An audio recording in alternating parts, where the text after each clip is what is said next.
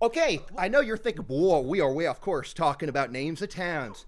But Truth or Consequences, New Mexico has one of the most vicious murders that we'll discuss at some point, but also that Mrs. Columba. I'm Lester Holt.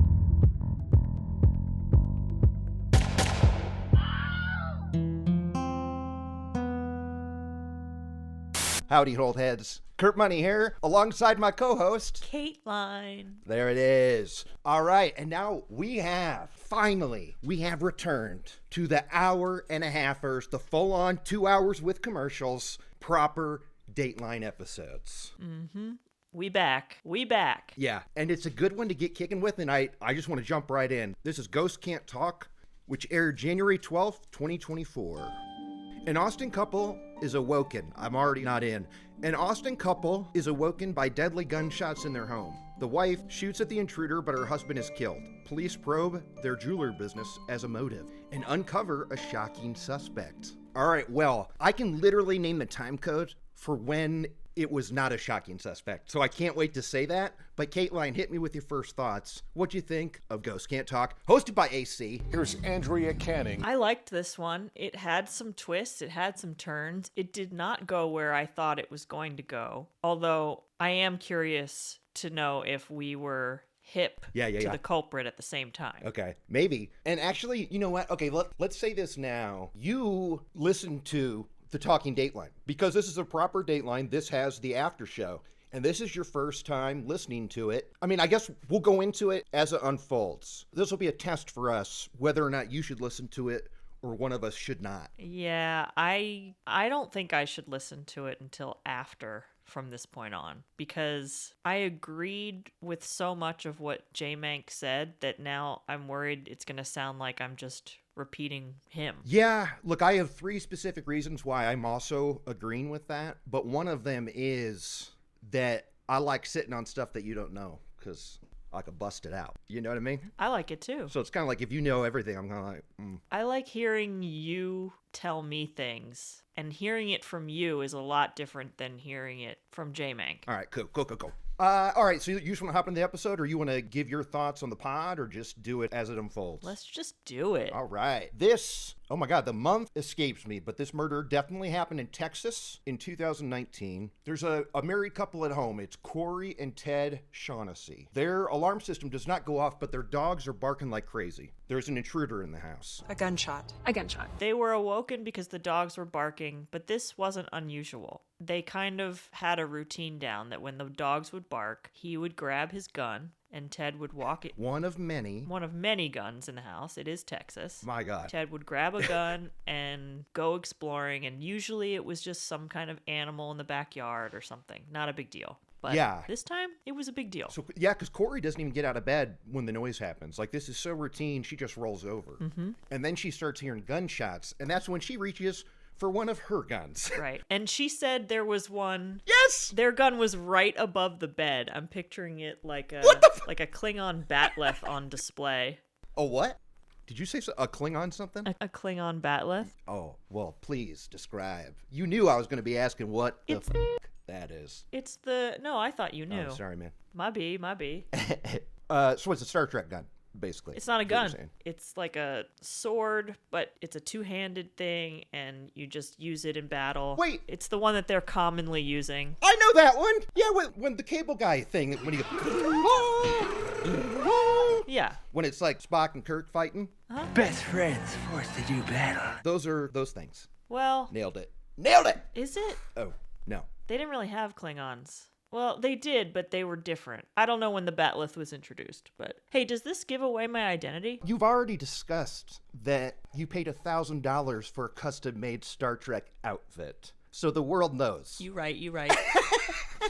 Goodbye, Jim. Chip, this isn't funny. Will you stop it? All right, so yeah, Corey, the wife, reaches for her bed gun. So Corey... My favorite gun of theirs is the workplace bathroom gun. We'll get to that later.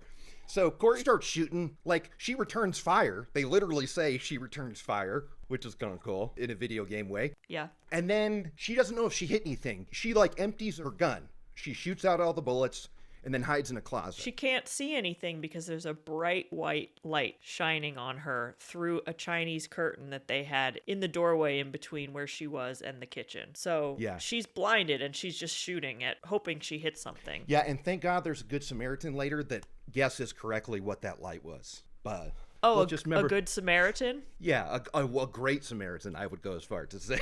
It wasn't until Jackie said, "Oh, was it like this?" And it was exactly like that. So Corey's in there. She's yelling for her husband. She doesn't know what to do. She manages to call police. She's prepared to die. She thinks she's going out, and she even says, like, I just want to dial 911 so I can leave the phone. I don't know, maybe find my body?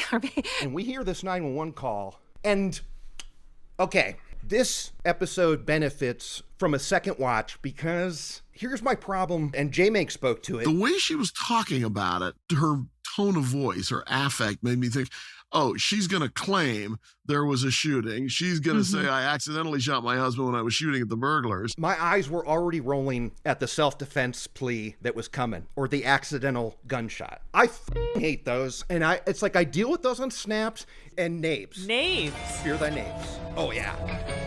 Look, those shows can do it, but Dateline's better than that, so I was already mad at like, oh God, now we have to talk around this? Now, luckily, that doesn't happen, but what was your first thought when she's hiding in the closet on 911? Where's your head at? My husband got out of bed, my dogs were barking. Shots were fired for him? I don't know. Help me.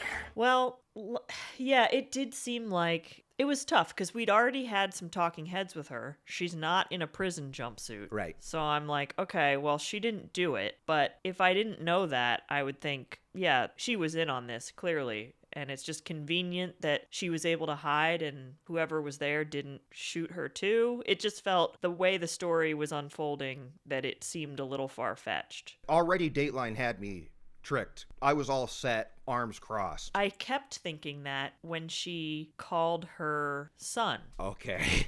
So- Yes. So she calls 911. They're on their way. She's still hiding in the closet. Corey. Corey, take a deep breath. You're doing a great job, okay? When they arrive, they say, the cops are there. You can leave the closet and go out and meet them. Yeah. She does. She opens her front door, and they're not there. And that is... What? Corey, what do you see? There's nobody here. Imagine being in that situation where you don't know if there's someone in your house. You think the coast is clear because the cops are there, and you open the door and you're alone. Now, they were right next door, to which I'm like, well, couldn't you see the lights and hear the sirens if they're right next door? But Right. I mean, I guess they're super loaded. Right? Maybe it's far away. I think that those properties are pretty big, but Yeah. they went to the wrong house. But they came over to the right house and investigated everything, and she was outside talking to the police and then realized she needed to call her son and tell him what happened. Now, did she call her son or her friend first? She might call Karen first to get over there. I think she called Karen first. She asked a deputy to call her best friend, Karen Tannert. Wait, real quick, about that misdirect or like that switch 'em up where it's not their house. There's nobody here. We see that in like shows we watch all the time where there's two scenes happening and somebody's like, they're on their way, they're on their way. Then they open it and there's nobody in the room. That happens on shows we watch all the time. Constantly. The best version of that, though, is Silence of the Lambs. Yep. Oh, my God. Absolutely 1,000%. I feel like that broke the mold. Yep. That's top of the heap, no doubt. Oh, wait. Was she a great big fat person? Yeah, she was a big girl, sir. What's wild is not only do we have the 911 call, We have these recordings call to of her calling her Yes! friend and her son. clear as day on both sides of the phone call. How could we hear their side? Yeah, was she using a police phone to call? Maybe. So she knew the numbers. Good on her. Good on her. Must have been, because we can no joke hear the other side of it, which is why I don't know what Karen does for a living, but I've got a job that she'd be perfect for, Kateline. Do you know what job that would be? No. 911 operator. She's just stone cold. Yes! Her phone etiquette is what? Yes. No. I'm on my way. Badass. Karen, I've got your calling, Karen. Okay, you're gonna love this gig. Karen, Yes. it's Corey. What's the matter? Ted's dead. No. Yes. No, where are you? Where are you? Her friend Karen comes over to help out, and Corey, the mom, calls her son Nick. So this is where I was still suspicious. I thought maybe the two of them were in on it because now Nick answers the phone and he does sound genuinely shocked and upset by the news that his dad is dead. Nick. Yes, Mom? Mom, Dad's dead. Wait, what? But she says, I know you're at College Station right now, but can you come here? Ugh. Which is like, Right. I know you're not here at this location. You're at this other location, providing him with an alibi. But can you come here? It felt very like I didn't she think of it was that way. purposely saying that he was somewhere else. Okay. So I was suspicious. That, that's good. And they wanted me to call someone. I know you're in College Station, and I don't know what to do about it. I'm on my way. At this point, I'm not suspicious of Nick one bit. Now, we'll revisit this 911 call. But I was upon first watch, I'm really sitting there trying hard not to make fun of the call because I think she's bullshitting. The first time I watched this, like you're saying, I think that Corey's putting this on. Yeah. Okay. Because she keeps stuttering. Yes, and doing like the and then. Like, I don't even want to mock it because it's going to end up, being genuine, but yes, which makes me not cool. Shooting. I don't know. There's such a difference between when I was suspicious of her and then listening to that when I bought it. I was literally like, okay, turn it off. It's vicious. But then Nick does something even more suspicious in that same phone call. What? What's he do? He asks her, "Did you return fire?" He's the one that says it. Yeah. You're right. He is the one that says that. Did you return fire? Yes. Which is like, well, okay. wait a minute. Your dad's dead and you want to know the logistics of this shootout? Is that because you know the people involved? Is that because you're confused as to why your mom is still alive and calling you? She must have returned fire because that's the only way she'd still be alive. Yeah, because mom... All right, so wait. So you returned fire, so only dad's dead. Okay. Well, I'm not going to pay the whole 50. I'll pay 25, no problem. Okay. Exactly. So that is the point. If only half the job. That was the point. I don't know the time code, but that was when I was like, oh. You were on. Okay. I was not. I was still thinking this son had nothing to do with it. 19-year-old Nick and his girlfriend of a year and a half, Jackie Edison, drove the 2 hours from where they lived in College Station to Austin. Now look, these people can't help where they live and when their town got named, but I do not care for the name College Station. It's weird. How's it the name of a town? Well, I think that's actually pretty common when it comes to big state universities. They don't know what to name the town, so they just kind of name it after the town, like State College, PA. Yeah, okay. That's funny. That's a TV school name. That's where State College? That's where Penn State is. Oh, really? In State College, PA. I think it's kind of common. Oh, hey, wow. Okay, then it works. It works. But anyway, back to these ghosts and how they can't be talking. Now, J-Make loved that episode title.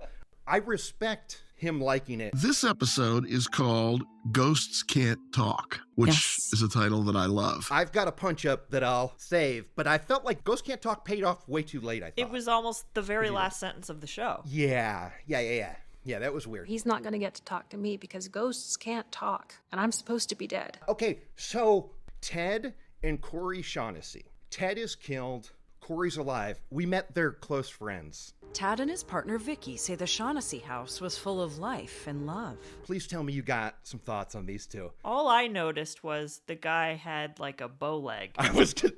Yeah, they both had bow legs. That's all I really noticed. That wide shot was wild. His eyes were crazy, but I loved him because Tad Cole, his name is Tad Cole. I just want to time travel and say to the mom, do you want your son's name to be Tad Cole? Tad Cole. I mean, especially, he was probably a kid, a while ago, back when tadpoles were very much part of kids' lives. I don't know, maybe kids still party with tadpoles. You can't name your son Tad Cole. Do you agree? What do you think? Well, it's probably like Thaddeus Cole. Ooh, and that's actually cool. Ooh, okay.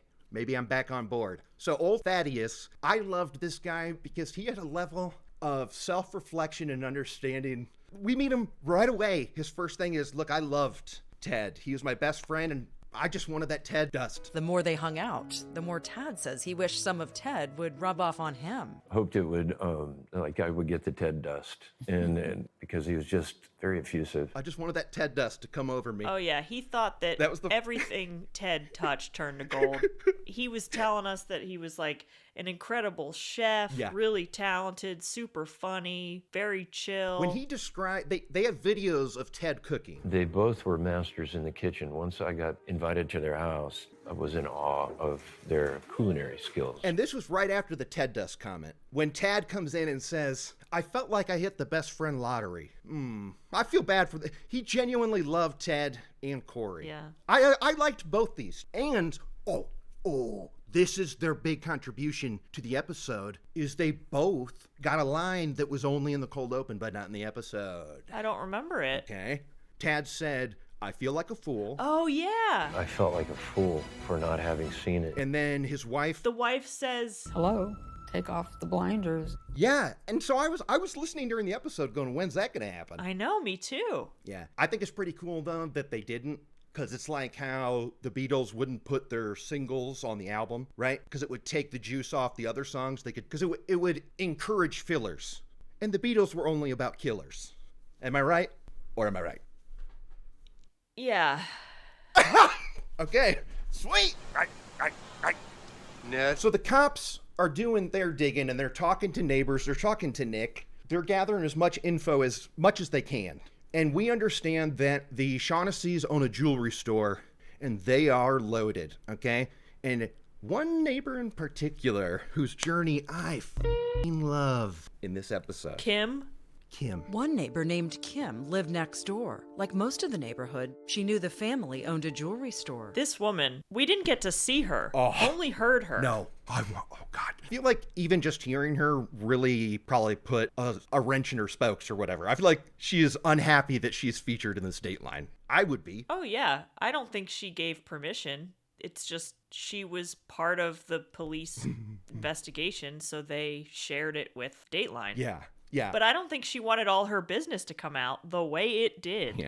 Yeah. And she had it coming too, because the first thing we hear from Kim, the neighbor, is she goes, okay, and they're jewelers, and it's not just like, cheap jewelry. It's like thousands and millions of dollars. Like, just saying it so, like, catty or, do you know what I mean? Her tone. She was saying it like it was a bad thing. Yeah, like they had it coming, maybe? I don't know. These assholes, they run a really nice jewelry store. How dare they? And it's not cheap jewelry, just so you know. Like, I'm talking, like, when they transfer jewelry, like, I'm talking hundreds to millions of dollars of jewelry.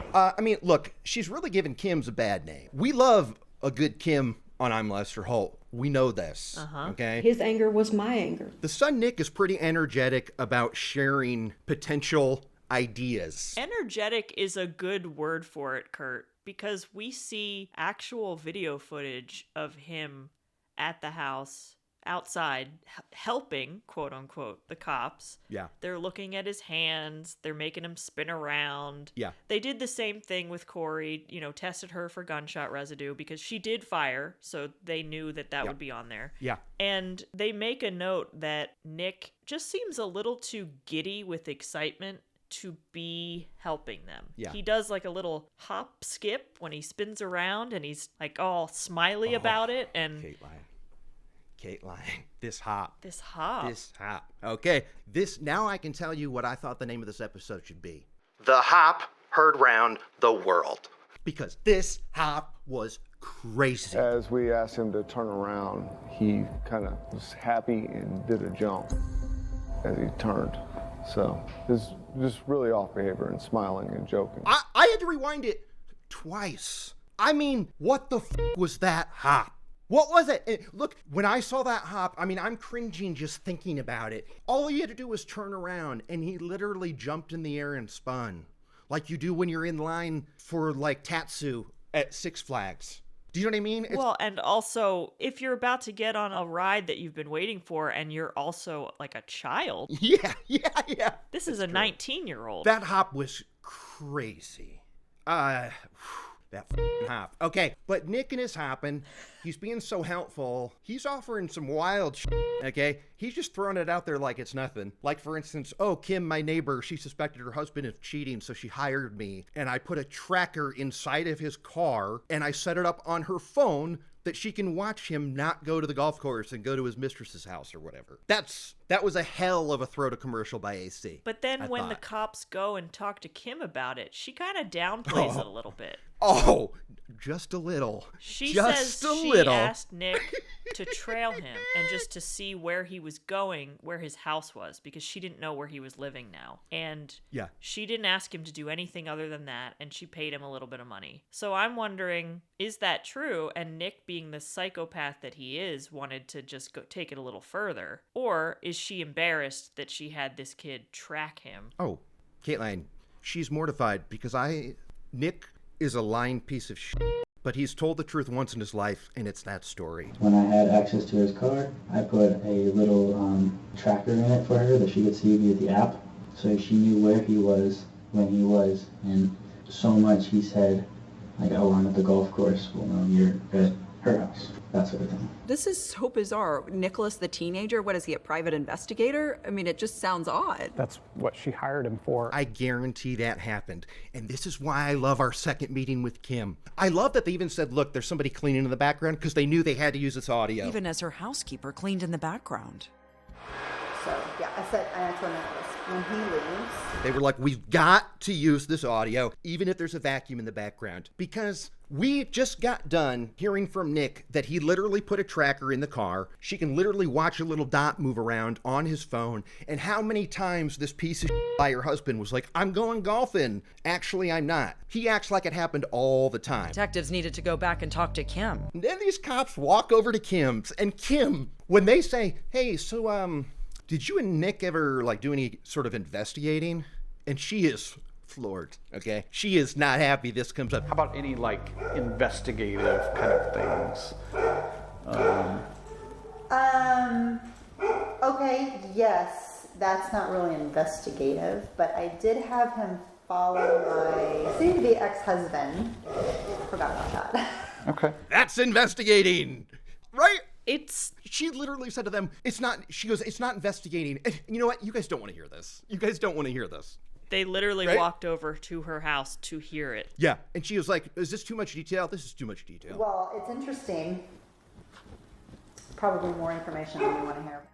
Not so. I feel like the best part of being a detective, other than like catching the guy and all that and throwing the cuffs on, is getting to ask questions and follow-up questions when you know that every answer is a lie. God damn, that's gotta be fun. She just keeps putting a foot in her mouth with every, she goes, just, one time, and I told him, I said, And I'm like, that's all I want. I don't want you to do anything else. I don't want you to go to that person's door.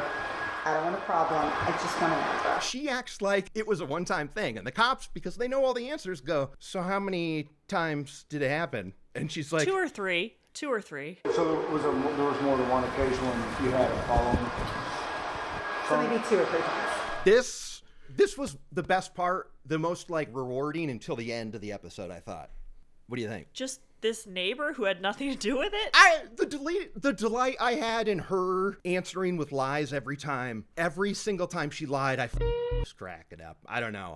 She sounds like a hot mess. Was this the neighbor that the cops went to first? Yes, it is. Really? It absolutely is. And when deputies responding to the shooting had initially gone to the wrong house, they'd gone to Kim's. Kim also drives a white Mercedes. Oh. And I guess also so does Corey. So it kind of sounds like we might have sour grapes over there. That's so funny. I mean, what if Kim is kind of into Nick? Why else would she get to a point where she's talking to him about following her husband? I don't know. I want to know more from Kim because everything she says just gives us another layer. Okay, but yeah, that is... In my mind, she's really hot. Oh yeah, probably. That Kim is probably in 5 minutes of this episode. And we just talked about her for 10. Yeah. But it was worth it, and she sucks. That lead fizzled out, which brought them back to the woman at the center of it all, Corey. Corey is pissed because they're suspicious of them. She thinks she's getting investigated. Right. Like, she was upset with them. She even says, like, why wouldn't it be the big pink elephant in the room? Why wouldn't it be burglary? It can't be the giant pink elephant that we're jewelers and it's a robbery. And it's like, because one, wouldn't be featured on Dateline if it was burglary, because it never is. 2, nothing was stolen from the home. Not a thing! Great call. Nick comes in hot. He shows up to the scene. Jackie runs over to the neighbors, bawling and crying. Jackie looked over and saw us standing there, and she ran full speed to me and threw her arms around me and wailed and cried and cried and cried and sobbed. My heart was broken for her and Nick. Nick goes to the cops and says, hey, my parents are really technologically illiterate, and I've got to do all their tech for them. So I have this app that you can see when their security system was activated, if you want to look at that. He offers up evidence against himself, and he doesn't even realize it. Countless times. Countless times. I mean... He also says, I wasn't here. I was at my apartment in College Station. I have lots of surveillance on my own apartment. There's footage of me and my wife there. Idiot. If you want to see proof that I wasn't here, which is like, okay, red flag. Yeah, if you need to rule us out, I have a lot of security cameras. We want to see them now, bud.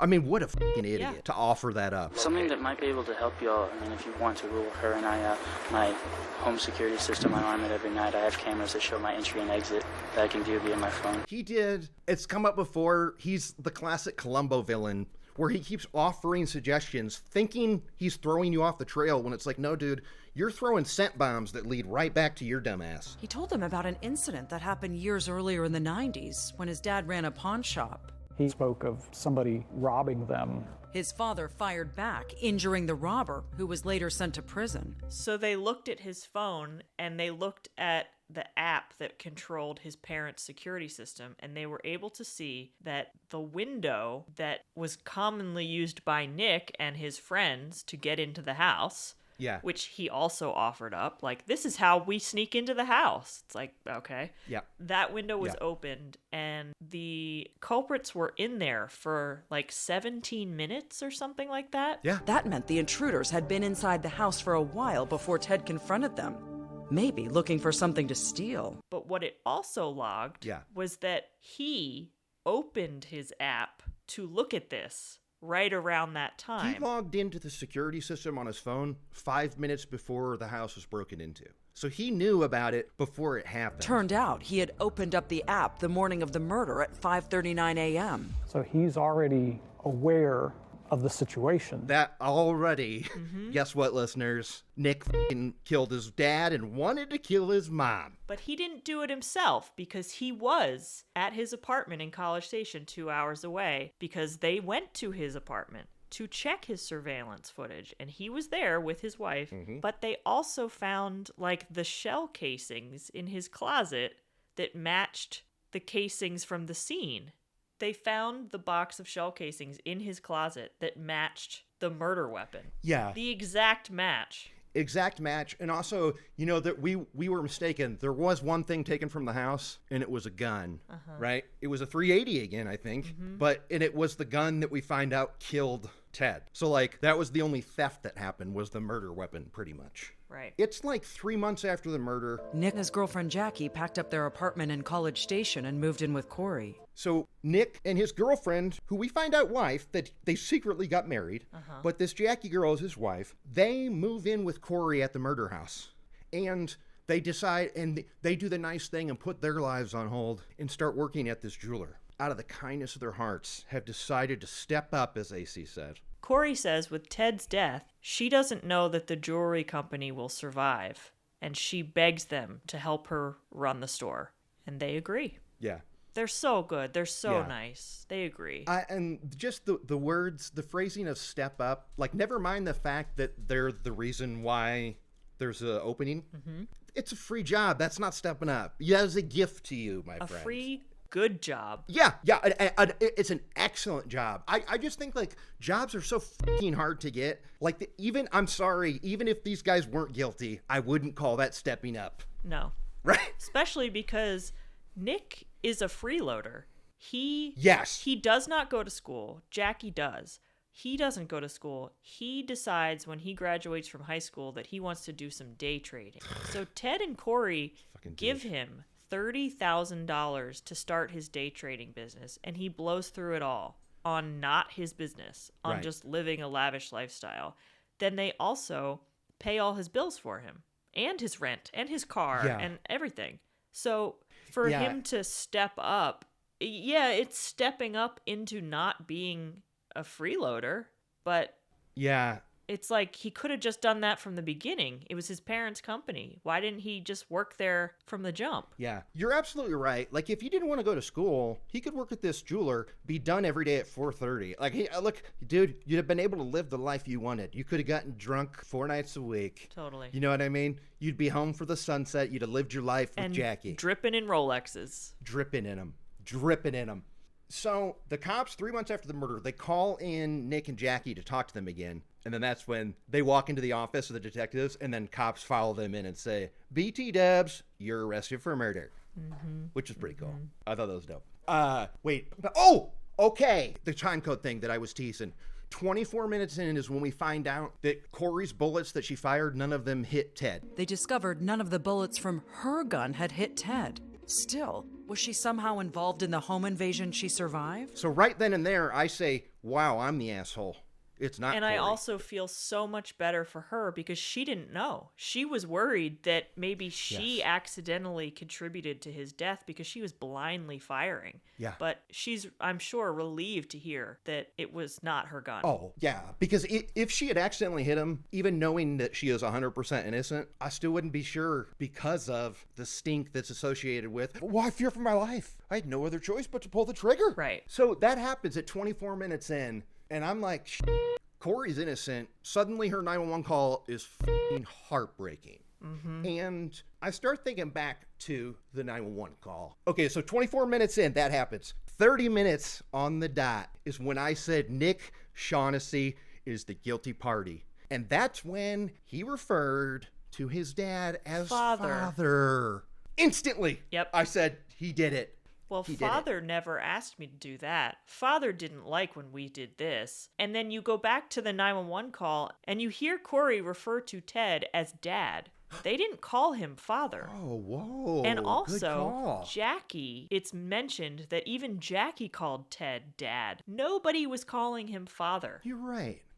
Okay, that's funny because he says father, but he also says it twice back to back. He says 2 sentences that have father in it. And the second sentence he said was like a British robot. It sounds like a religious zealot. Yes. Talking about the gospel or something. It sounds so brainwashed and crazy. I thought, oh, maybe Nick joined a cult. He wasn't actually talking about Ted. He was talking about God and that God spoke to him and told him to kill him. Like, that's how crazy it sounded. I took it to College Station, and then Father wanted it back. We have no idea where he may have put it or anything. Father didn't tell me any intentions with it. So now everything else looks guilty as f***. I go back to the 911 call. I'm bawling for Corey, and now I'm laughing my ass off at his freaking responses. Because he goes, wait, what? Wait, what? What? Yeah! Wait, what? Nick, Dad is dead. What? Okay, so the cops arrest Nick and Jackie. Jackie gets out on bail. Nick does not. Corey says, no way my son did it. That would be far too heartbreaking. Let's hire him a lawyer. This is now the second time we've seen the victim hire the lawyer for the killer.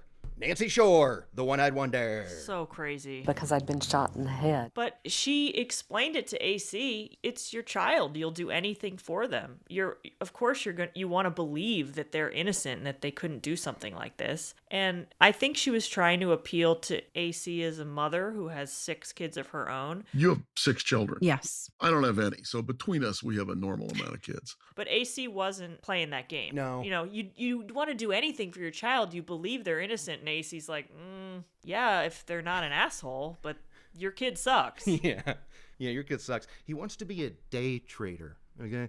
He was trying to make a living day trading stocks. It's weird that he was so quote-unquote passionate about it, but he didn't want to go do it at a company. He wanted to do it on his own. I think he probably watched Wolf of Wall Street and thought, I could be like that.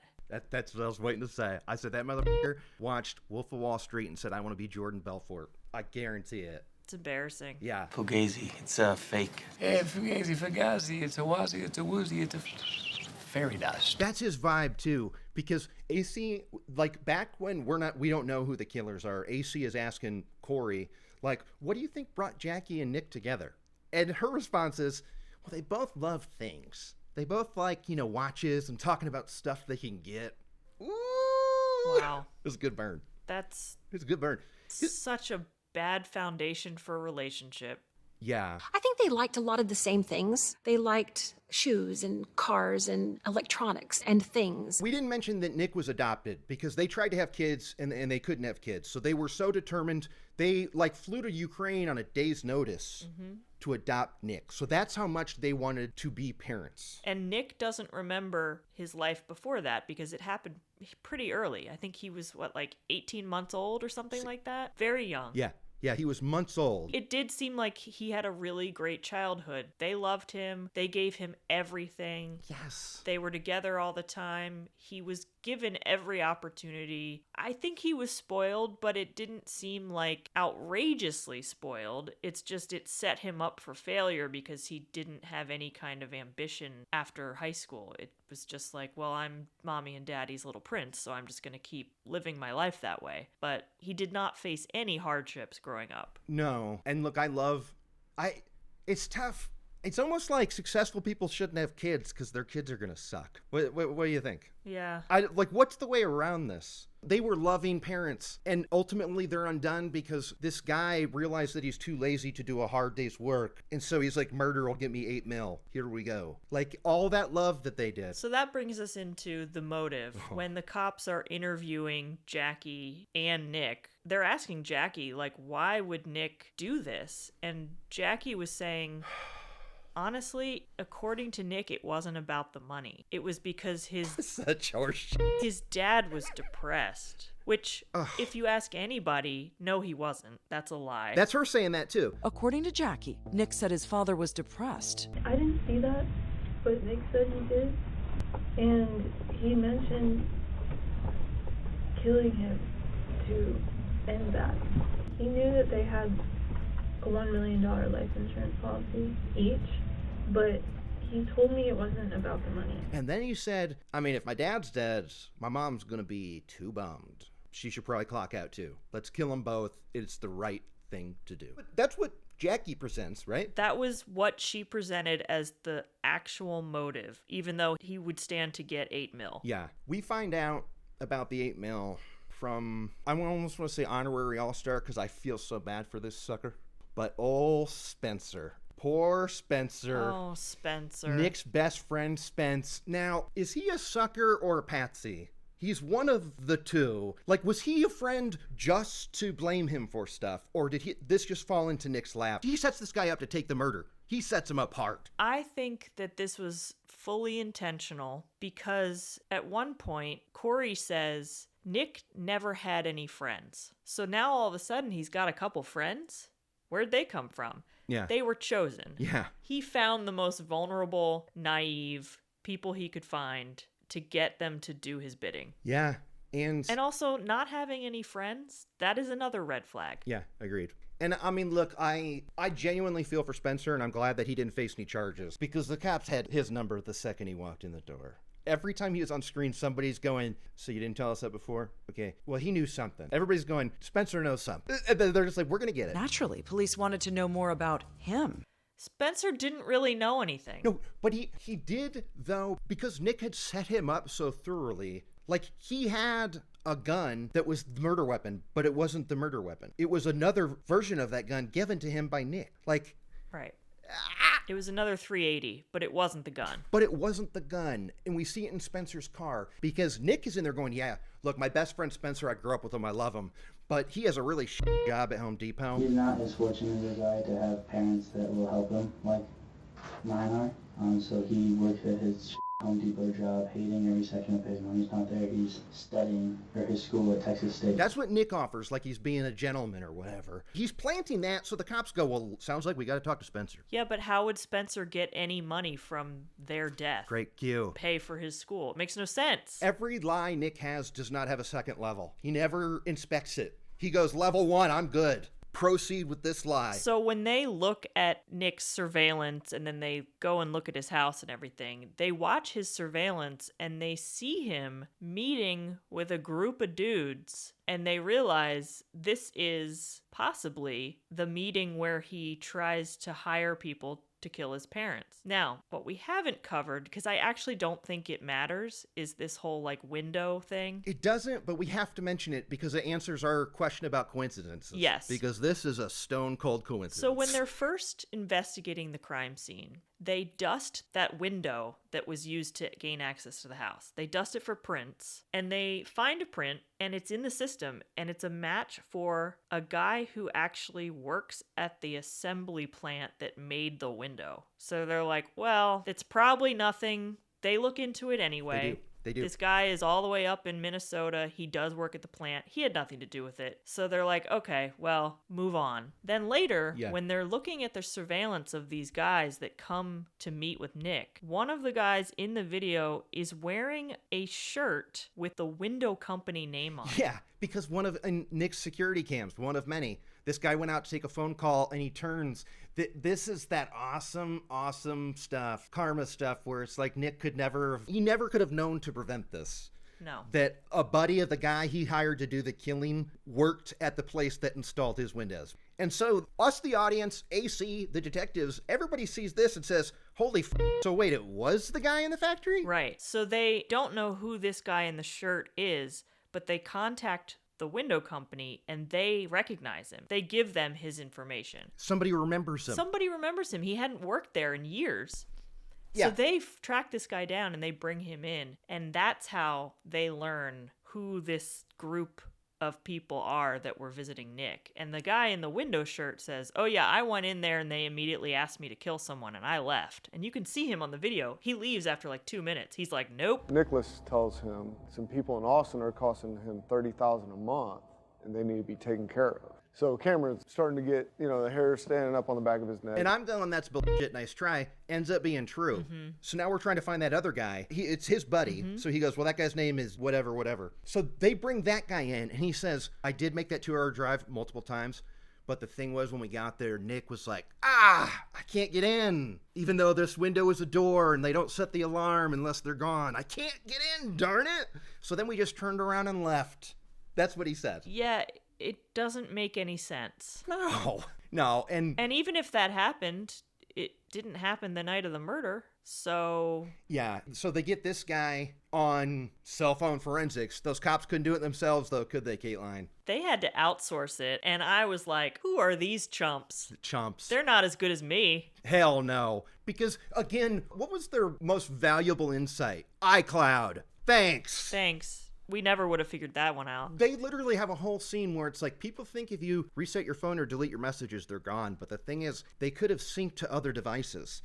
No shit. So we checked an iPad and it was all there. Like, okay. Yeah. How much did they pay you for that? Yeah, that's a great question. We got to get in that racket. So the cell phone forensic helped sync everybody, including the 2 killers. And this was my favorite obvious lie, is whenever they brought the final killer guy in, he's going, and, I was shooting and the guy's dead. And then I was like, please don't hurt her. Please don't hurt her. Let's just go. Let's just get out of here. Please do not hurt her. That's what the killer was saying. It's like, no. Dude, you shot the guy. This is not chivalrous. If you think this is chivalrous, you're incorrect. You shot the guy and she was shooting at you. Yeah. And you couldn't see her because it was through a curtain. So you were running away. Please, let's just go. Please, leave her alone. Let's go. Ted looked cooler in some photos. He had that lighting thing of that Seinfeld where the lady, it depends how hot she was, where her lighting was. When they showed pictures of him behind the jewelry counter, he was looking in his element for sure. Yeah. Oh, yeah. Yeah. And you know what?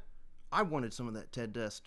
Kateline, give me some of that Ted dust. Like I would get the Ted dust. Because the way they talked about this guy, he seemed like a genuine good dude. And again, I gotta say that these two, by all accounts, were happily married. Oh, yeah. That's the biggest twist of this, is that they were happy, right? They were happy. She had nothing to do with it. She loved him. Yeah. She also really loved her son. Yes.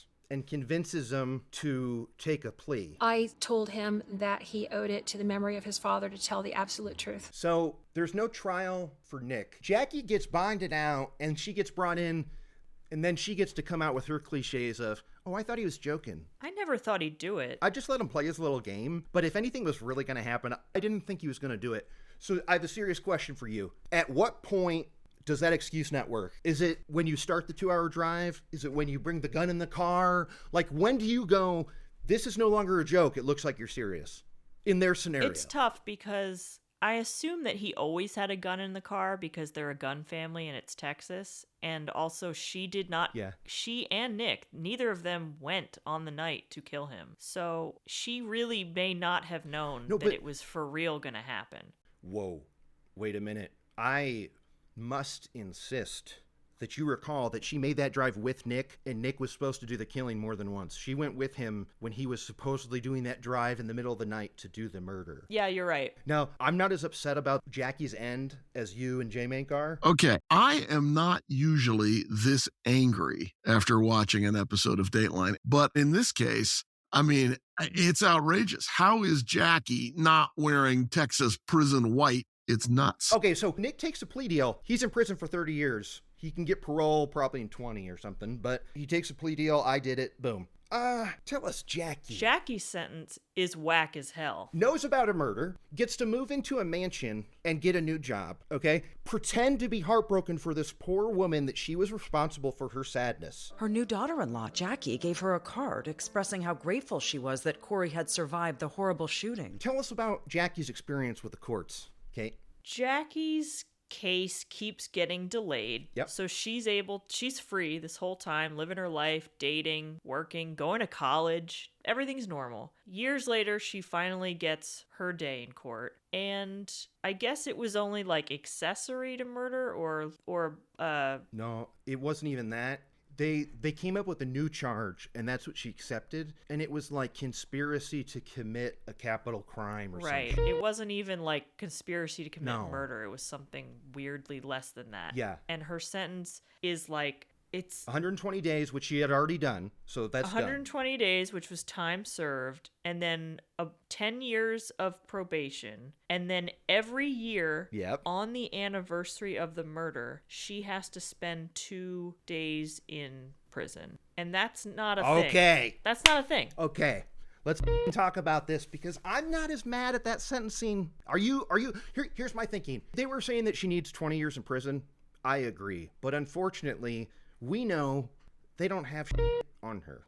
If she got a real sentence, it would have been 7 to 10.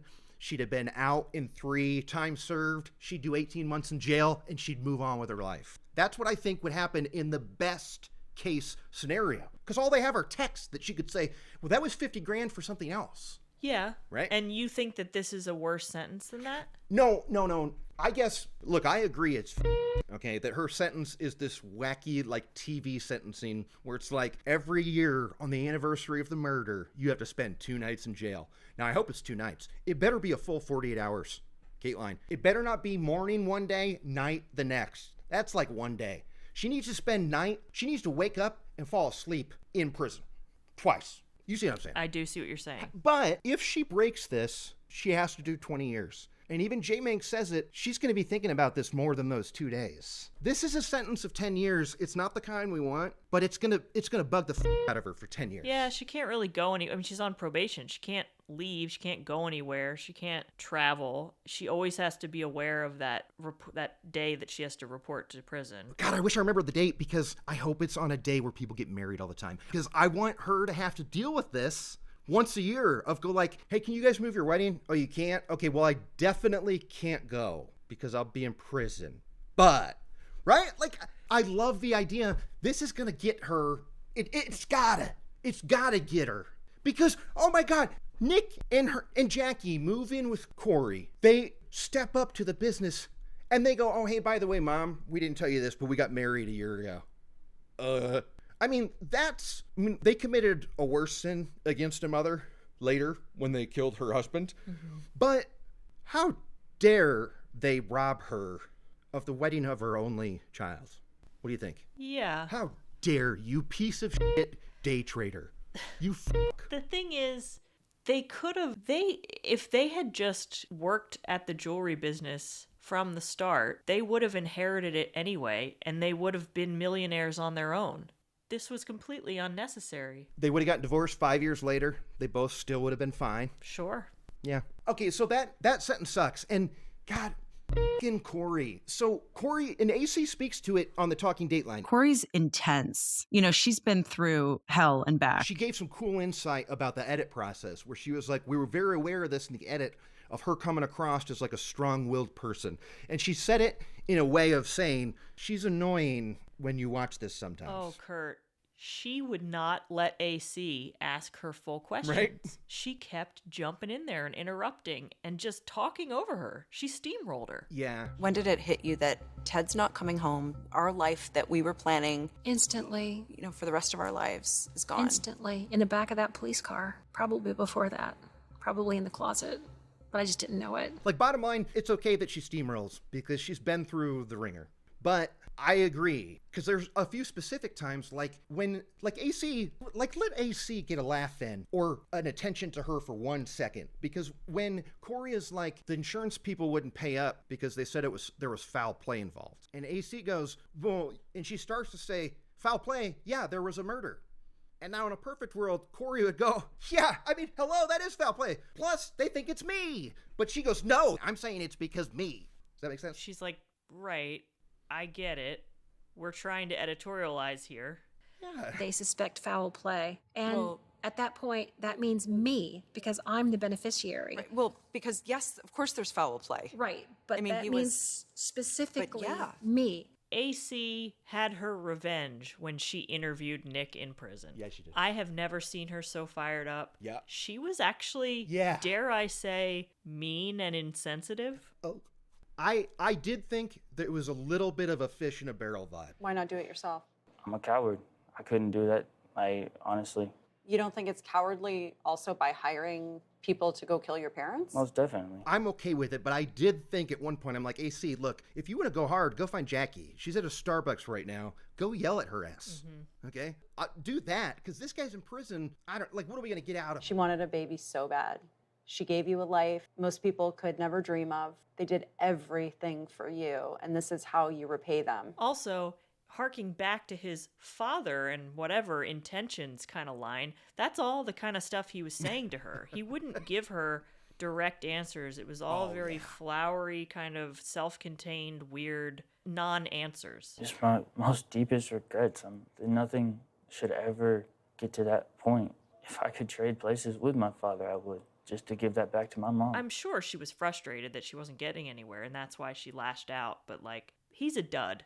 She does. He has no personality. Yeah, there is a screw loose. She's right. I mean, I'm trying to think of honestly what was going on in your brain. Like, is there a chip missing? Is it, you know, were you somehow born evil? Oh, I thought it was awesome. They were talking, J-Mank was talking about doing interviews in prison. AC was saying how the producer doesn't even come inside and how bare bones the production is, so much so that if she sees like prisoners have jobs, if one of them is like Windexing tables, she'll say, hey, can I ask that person to clean this window? Because there's fingerprints. Because like these people can't touch each other. So all day they're doing this, or the cable guy where they're putting the nipple on the up there. Mm-hmm. You think people are still doing that bit? Oh, sure. Am I forgetting any? Oh, real quick. This is the nail in the coffin of why Jackie, I hope she trips in front of a bus or something, but survives, nurses herself back to health, then gets hit by a bus again and dies. She's still wearing that necklace, Kate. She's out there right now. Corey, because she was robbed of her only child's wedding, decided to give a family heirloom of a diamond pendant to Jackie as a wedding gift. I gave her a half-carat diamond solitaire. It was also a way of welcoming her into our family and telling her that, you know, she was welcome. And Jackie still wears it to this day. Classy. Whoa! I'm surprised she didn't pawn it. Woo! Friends of mine would share her pictures that she would post. She would be wearing her jewelry, her diamond pendant. This is like rubbing it in your face, you must have felt like. I felt like that. All right, well, that gets us to list time. I'm worried about my end, but luckily, you gotta go first. Hit me. Kate's unnamed list. All right, it's not a small town. It's Austin. There's no military connection. There's no Florida connection. And I don't think anybody cries and then apologizes for it. No. Corey doesn't cry at all. No. Nothing on my list, but I still think it's a banger. Yeah. Yeah, got it. It's good to be back with these. Okay, so Kirk's Kick-Ass List. Kick-Ass List. Well, they didn't really say signs of a struggle, but I was thinking about it when that hop around the world was heard, right? When that motherfucker was hopping, the hop. Two sides to every sentence, not... Wait, what are you doing? Boing. Hopping. Boing. Oh. None of my lists hit, and our lists have been a little bare recently, and somebody gave me shit about it, and I hope that person's listening when I say, hey, you, bro. Who? Don't worry about it. No, we're not going down this road. But somebody was like, wow, the lists have been bare recently. And I said, I'll keep that between us, and now here I am bringing it to pod. So I'll probably cut, I don't know, will I cut this out? We'll see. No. I'm Kurt Money. I'm Kateline. I'm Lester Holt. For all of us, I'm Lester Holt. Good night. Was she a great big fat person?